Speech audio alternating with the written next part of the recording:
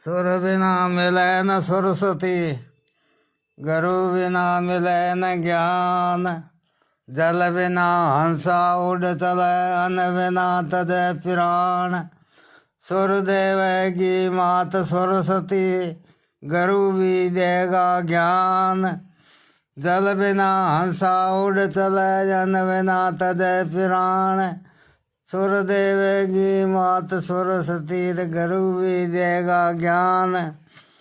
जल इंद्र पूरसी, अन्नपूर्ण भगवान। बैल चढ़िया शिव जी मिलिया, गरड़ चढ़िया भगवान। शेर चढ़ी देवी मिली, बस अड़िया स्वार काज। जय गणपति देवा, जय गणपति देवा, पान फूल मिश्री मेवा चढ़ंता भेंट। जय गणपति देवा, चंपल की डाली पकड़ सुरता सवागण। क्यों मगन होय खड़ी, के तेरो पीवर दूर के घर सासू लड़ी। ना मेरो पीवर दूर, ना घर सासू लड़ी। चल रे मुढ़े ग्यार, तुझे क्या पड़ी। मेरा पिया गया है परदेश, सनेसा लिए खड़ी। पियो गयो परदेश, तो थारो कहीं ले गयो। बहुत जड़ गयो सजन के माल, कौची रावल संग ले गयो। दोये दोये दिमला में मिंदरिय में जोमती। पिए बिना सुनिए सजनन भर जोमती। सखी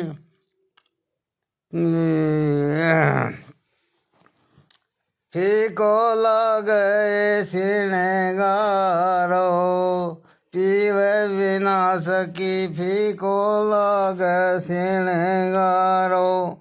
आड़ारे उड़द बीच में भरे दो पंछियाँ, अब पिया मिलन राशि जोग फरूक मारी आँखियाँ। फूला भरी चंगेर पर धरी है आरसी। समझ लो कोई चतर सुजान मोरी पारसी।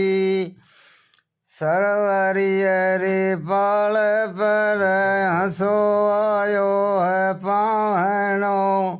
कथ गयो दास कबीरो, फिर नहीं आवनो। अब अर्थ खोलूंगे। चंपल की डाली पकड़ सुरता सुहागण, तू क्यों मगन है खड़ी। चंपल की डाली है शरीर, ये शरीर में सुरती ने कहा है कि तू हरि भजन का ध्यान लगाए। शरीर ने पकड़ के सुरती नहीं पकड़ के क्यों खड़ी है तू, हरि भजन में ध्यान लगा। कह के तेरो पीवर दूर के घर सासू लड़ी। कह ना मेरो पीवर दूर, ना घर सासू लड़ी। पीवर नाम है भगवान वो, कहते रहूँ भगवान दूर है। कहते रहे शीलता कौनी, क्या शीलता ही है भगवान दूरी कौनी। आत्मज्ञान कौन है, भगवान पर्दे समान है। आत्मज्ञान है तो भगवान पर्दे समान है। के तेरो पीवर दूर के घर सासू लड़ी। ना मेरो पीवर दूर, ना घर सासू लड़ी। चल रे मुढ़ ग्वार, तुझे क्या पड़ी। मुढ़ ग्वार है काया में अहंकार, मुढ़ ग्वार अहंकार। चल रे मुढ़ ग्वार, तुझे क्या पड़ी। का हमारा पिया गया है परदेश, सनेसा लिए खड़ी। कै पियो गयो परदेश तो थारो कहीं ले गयो, कै वो तो जड़ गयो सदन किवाड़ कूची रावल संग ले गयो। सजन किवाड़ हृदय आडा ज्ञानता का। रावण नाम गुरु को ही है, रावण नाम भगवान को ही है। अब ज्ञान की कुंची तो गुरु के गण है। गुरु हृदय के लगावा है ना, ज्ञानता दूर हुआ है। जड़ गयो का सजन की वाड़ कुंची रावण से ले गयो, कुंची है ज्ञान की, कुंची रावण संग ले गयो। कह दोज दोज देवला मैं मिंदरिये में जोमती, पीव बिना सुनी सहज नैन भर जोमती। मिंदरियो नाम है शरीर को, शरीर में देवला है ज्ञान ध्यान का। शरीर में देवला है ज्ञान का ध्यान का। पीव बिना सुनी सहज, और शायद भगवान को शरीर है, भगवान का नाम बिना सुनो है। पीव बिना सकी फीको लागे श्रृंगारो, पीव बिना भगवान बिना श्रृंगारो सो फीको है, अब श्रृंगारो सो भगवान को है। पीव बिना सकी फीको लागे श्रृंगारो। क्या आड़ा उड़द के बीच में भये दो पंछिया, अब पिया मिलना रा सिंदोग फरूक हमारी अंखियाँ। आड़ा उड़ नाम है सांसा को, सांसा में सुरती मिल गई, गगन मंडल में ताली लागी। रोम रोम में भगवान को प्रकाश गयो, ज्ञानता दूर की। रोम रोम में भगवान को प्रकाश कर, हम ही भगवान तम ही भगवान, सब में राम, राम को ही प्रकाश है। बहुत ही बढ़िया। आड़ा उड़ नाव सांसा है, सांसा में सुरती मिल गई। गगन मंडल में भये दो पंछिया, पंछिया नाव है शरीर में दो पंखड़ी पेट में, एम हवा जावा है रावा है, हवा जावा है रावा है। पंखी के बाद आला तो कहा फूला भरी चंगेर ऊपर धरी आरसी, क्या कोई समझ लो कोई चतर सुजान पारसी। अब चंगेर नाम है शरीर को, इस पान फूल मिश्री मेवा सब है, घट गए माई बाहर ना भटको रे, बाहर भटका है काई। पाखंडिया नर पलड़े में जिसी सोच की हो घटमाई। आरसी नाम है ज्ञान रूपी आरसी, अब ज्ञान रूपी आरसी को समझी चतर सुजान पारसी। फिर कह सरवरिये की पाल पर हंसो आयो है पावनो, कथ गयो दास कबीरो फिर नहीं आवनो। सरवरिये की पाल है शरीर, शरीर के ऊपर हंसो आयो है पावनो, कथ गयो दास कबीर फिर नहीं आवनो। ज्योति में ज्योति मिल गई, फिर संसारी में जन्म मरने कौन ही आना। डर लाग तो सकता न, अब को ब्राह्मण रहे हो, उनको श्यामी रहे हो, कहीं नेम धर्म तो पल्ला रहा को नहीं। श्यामी को पहले कंठी राग था, छोटा मिनिया चंदन का चंदन का छोटा छोटा मिनिया कंठे रहता था। श्यामी ने देख लगा वो तो श्यामी है, जादू तो कोई था को नहीं। अब वो कंठे को कंठे इनको बात की गई। अब श्यामी में रहे उनको नेम धर्म की गई रहा को नहीं।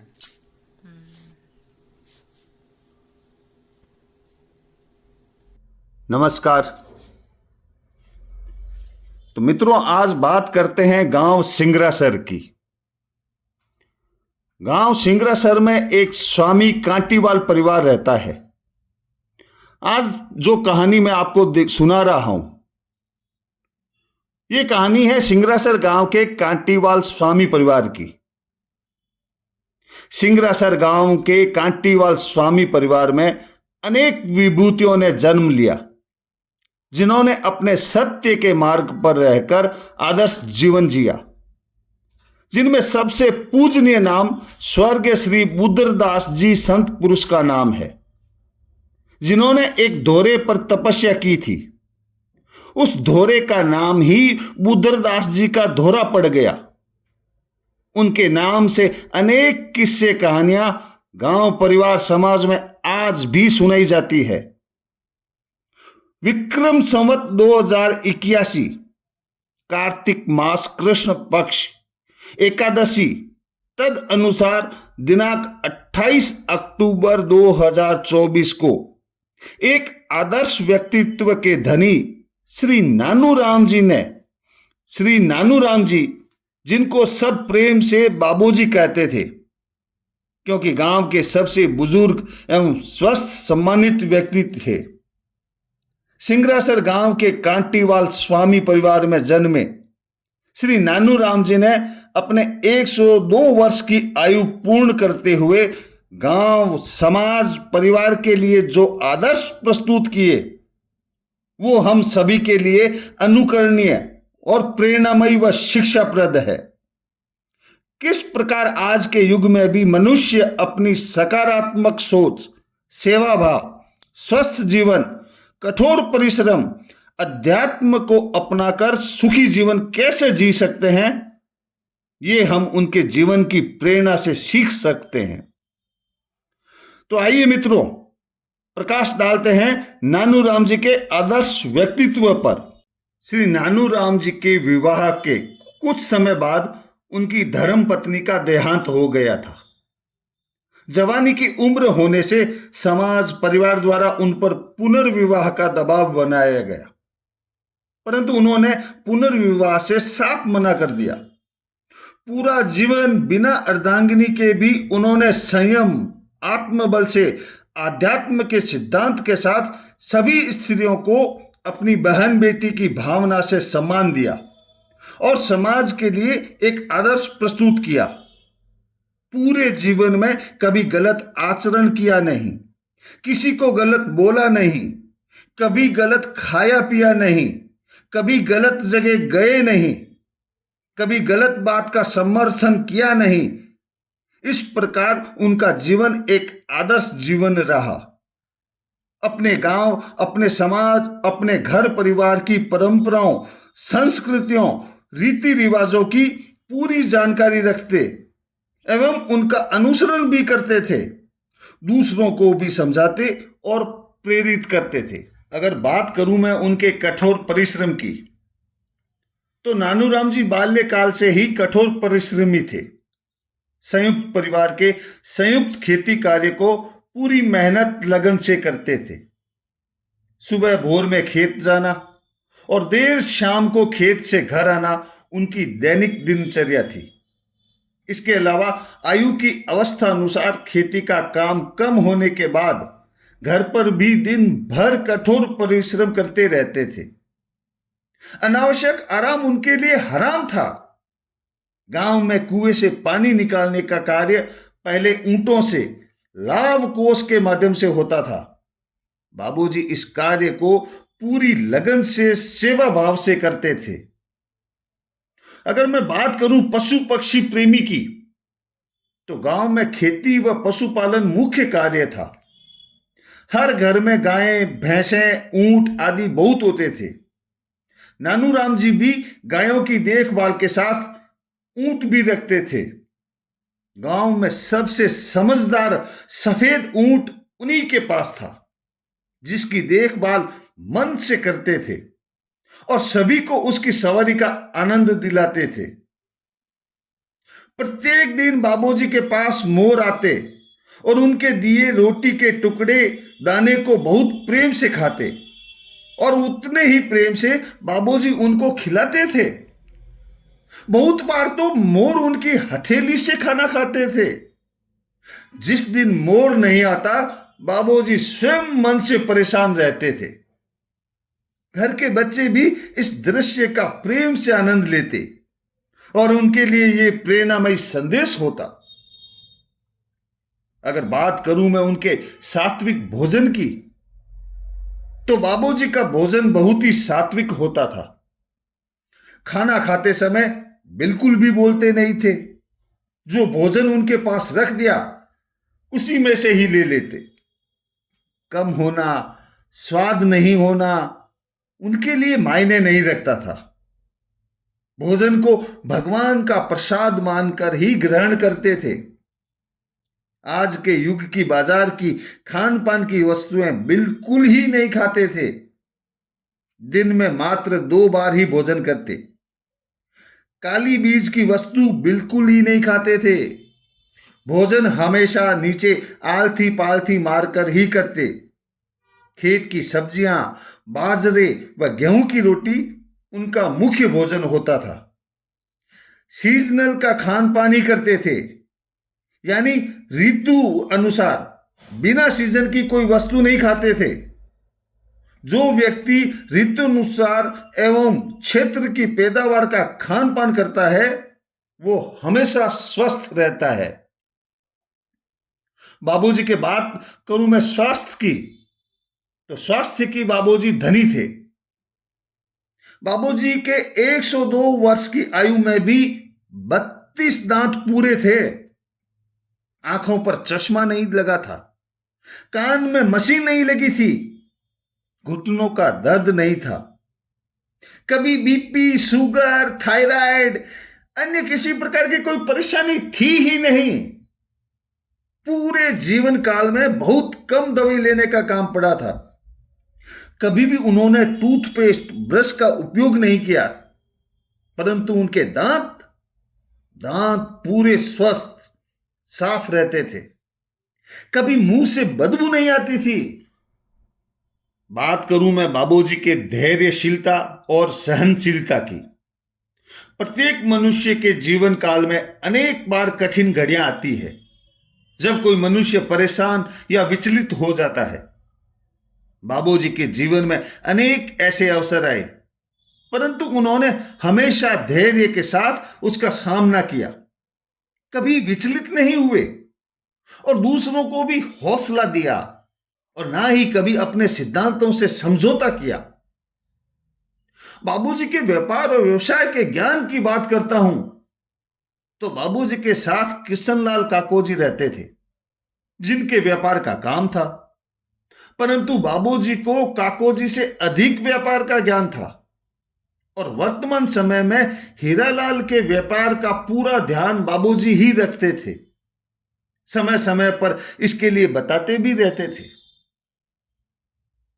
बात करूं भक्ति एवं आध्यात्म की, तो गांव में ठाकुर जी के मंदिर की सेवा का अधिकतम समय का दायित्व बाबूजी के पास ही होता था। सर्दी में प्रातःकाल जल्दी उठकर मंदिर की सेवा करने जाते थे। ये सेवा वे नियमित रूप से करते थे। इसके अलावा सुबह शाम दोनों समय माला फेरकर नाम जप करते थे। अपनी माला पूरी किए बिना खाना नहीं खाते थे। समय समय पर कहते थे, माला तो मन की बलि। सारे तीर्थ धाम उन्होंने अपनी माला को नियमित सेवा को ही मान रखा था। अगर बात करूं मैं राजमिस्त्री के कार्य की, तो बाबूजी गांव के कच्चे गारे के मकान बनाने के बहुत अच्छे कारीगर थे। गांव का मंदिर हो, परिवार के अधिकांश कच्चे गारे के घर हो, मिट्टी के घर उनके ही बनाए हुए हैं।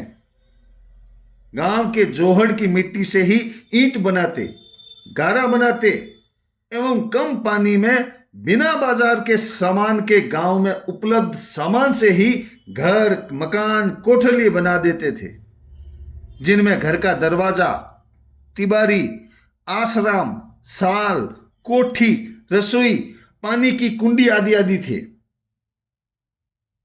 और बाबूजी की बात करूं मैं यादाश्त की, तो यादाश्त के धनी थे बाबूजी।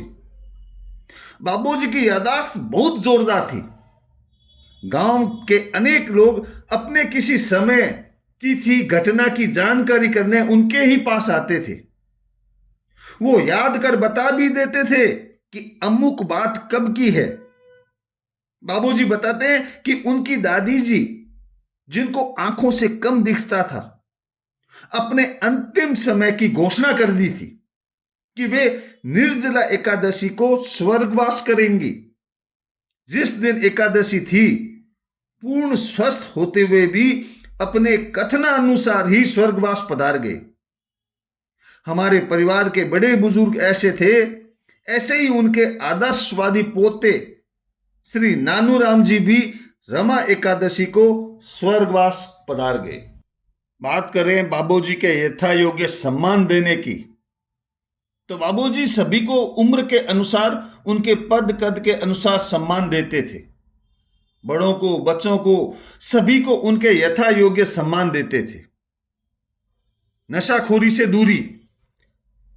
गांव के जीवन में नशा, जिनमें पहले के जमाने में बीड़ी, सिगरेट, चिल्लम, हुक्का और अब गुटखा आदि आदि से हमेशा दूरी बनाए रखी। यहां तक कि चाय कॉफी का भी स्वाद उन्होंने कभी नहीं लिया। आज के समय में पतन का मुख्य कारण नशाखोरी है। बाबूजी कुरीतियों और अंधविश्वास से हमेशा दूरी रखते थे। बाबूजी स्वयं पढ़े लिखे नहीं थे, परंतु समाज में व्याप्त कुरीतियों, अंधविश्वास का हमेशा विरोध किया। शिक्षा के प्रति हमेशा प्रेरित करते थे। परिवार के सभी युवाओं को पढ़ाया लिखाया। विवाह समारोह, मृत्यु भोज पर अनाप शनाप खर्च, उड़ावनी प्रथा पर अनाप शनाप खर्च आदि दिखावे की संस्कृति का हमेशा विरोध किया। शुरुआत अपने परिवार से की और बड़े स्तर की उड़ावनी को भारी विरोध के बाद भी समाप्त किया। सादा जीवन, उच्च विचार उनका आदर्श था। बाबूजी के यात्राओं की बात करता हूं, तो बाबूजी अनावश्यक यात्रा, देशाटन, तीर्थ यात्राओं से परहेज करते थे। ज्यादा से ज्यादा बीकानेर अपने परिवार या हेतराम के पास जाना ही होता था। जाना भी होता तो रेलगाड़ी से ही जाते थे। एक बार मुझे कहा कि हेतराम को समझाना कि वो भी रेलगाड़ी से आया जाया करे। बेंगलोर से हवाई जहाज में आता है, कहीं जहाज ऊपर से नीचे गिर जाए तो। हमेशा इसकी चिंता करते थे। कितने साफ दिल से ये कहते थे, मन चंगा तो कठौती में गंगा के सिद्धांत को मानते थे, इसलिए अनावश्यक तीर्थाटन भी नहीं करते थे। कहते थे भगवान तो हृदय में है। बात करूं मैं बाबूजी की मितव्ययिता की, तो बाबूजी ने 2 जोड़ी कपड़ों से अधिक कभी बहुत सारे कपड़े नहीं रखे और ना ही जूता चप्पल अधिक रखे। कभी अनावश्यक खर्च नहीं किया, परंतु घर आए बहन बेटी बच्चों को हमेशा कुछ न कुछ दिया करते थे। अब तक के परिवार के सभी काम सम्मान पूर्वक संपन्न करवाए। कभी कोई तिजोरी, अलमारी, संदूक को नहीं रखा। जो भी था सब कुछ सामने था। बात करूं मैं बाबूजी के मिठाई बनाने की, तो बाबूजी हलवा, मावा व अन्य कुछ देसी मिठाइयां, सब्जियां बहुत अच्छी बनाते थे। अनेक बार होली, दिवाली या अन्य अवसर पर उनके हाथ के बने खाने का आनंद मिल जाता था। हलवाई तो नहीं थे, पर हलवाई गिरी का पूरा ज्ञान रखते थे। बात करूं मैं उनके प्रकृति एवं पर्यावरण प्रेमी की, तो बाबूजी प्रकृति एवं पर्यावरण प्रेमी थे। नए नए तरह के पौधों की जानकारी रखना, उनको लगाना उनकी आदत में था। घर में नीम, नींबू के पेड़ लगाए, जो आज सभी के काम आ रहे हैं। हिंदू संस्कृति कहती है कि वृक्ष लगाना बहुत ही पुण्य का काम होता है। वृक्ष को अपने पुत्र के समान पालना चाहिए। पीपल, तुलसी, आंवला सभी पूजनीय पौधे हैं। सनातन हिंदू संस्कृति कहती है कि जिस घर परिवार में परिवार की रीति नीति, कुल के रिवाज, इज्जत, मान मर्यादा, बड़े बुजुर्गों की सेवा आदि का ध्यान करते हुए अपने आचरण व्यवहार से कुल का, परिवार का मान बढ़ाता है, वह चाहे पुरुष हो या महिला हो, लड़के लड़कियां हो, वो अपना जीवन, अपने बच्चों का जीवन, अपने आगे के जीवन को सुधारता है, अपने परिवार के बड़े बुजुर्गों की सेवा करता है, वो परिवार हमेशा प्रगति करता है, सदा सुखी और संतोषी जीवन व्यतीत करता है।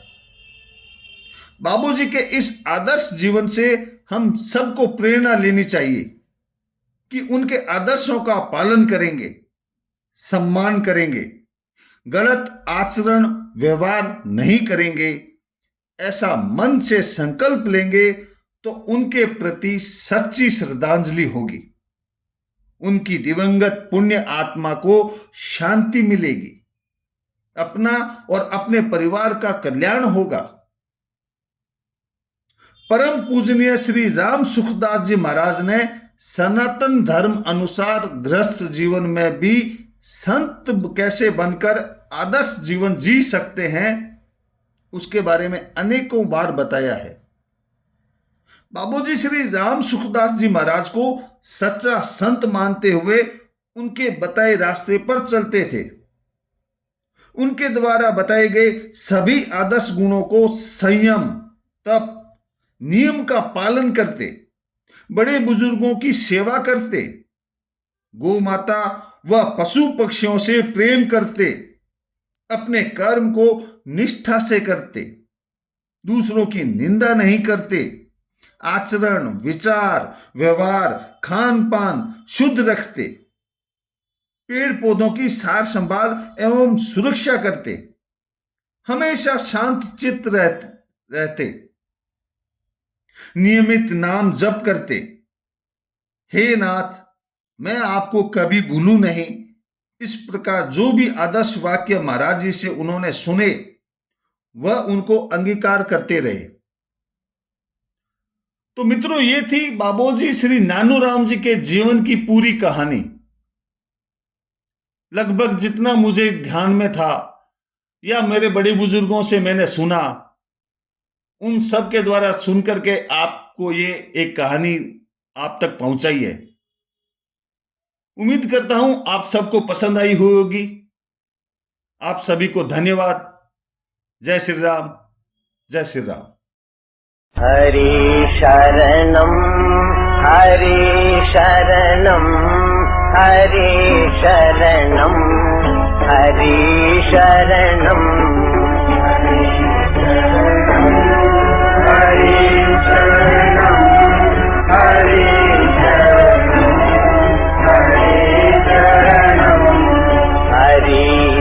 शरणम हरि शरणम हरि शरणम हरि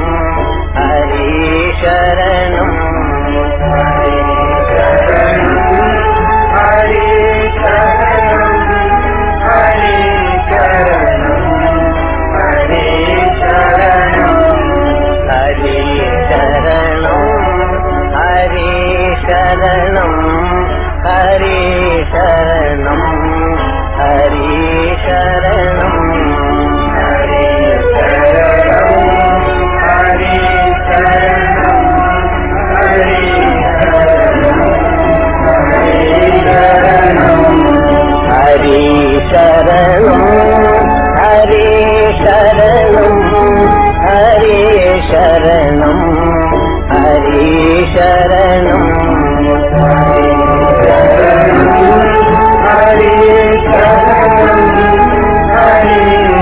शरणम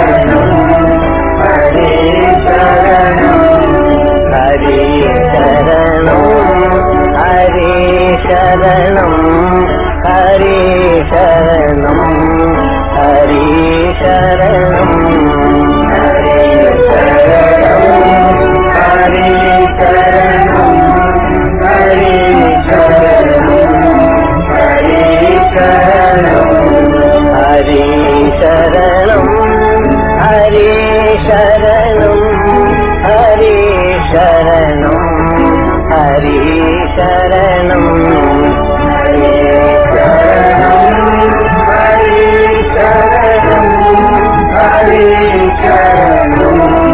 शरणम हरि शरणं हरि शरणं हरि शरणं हरि शरणं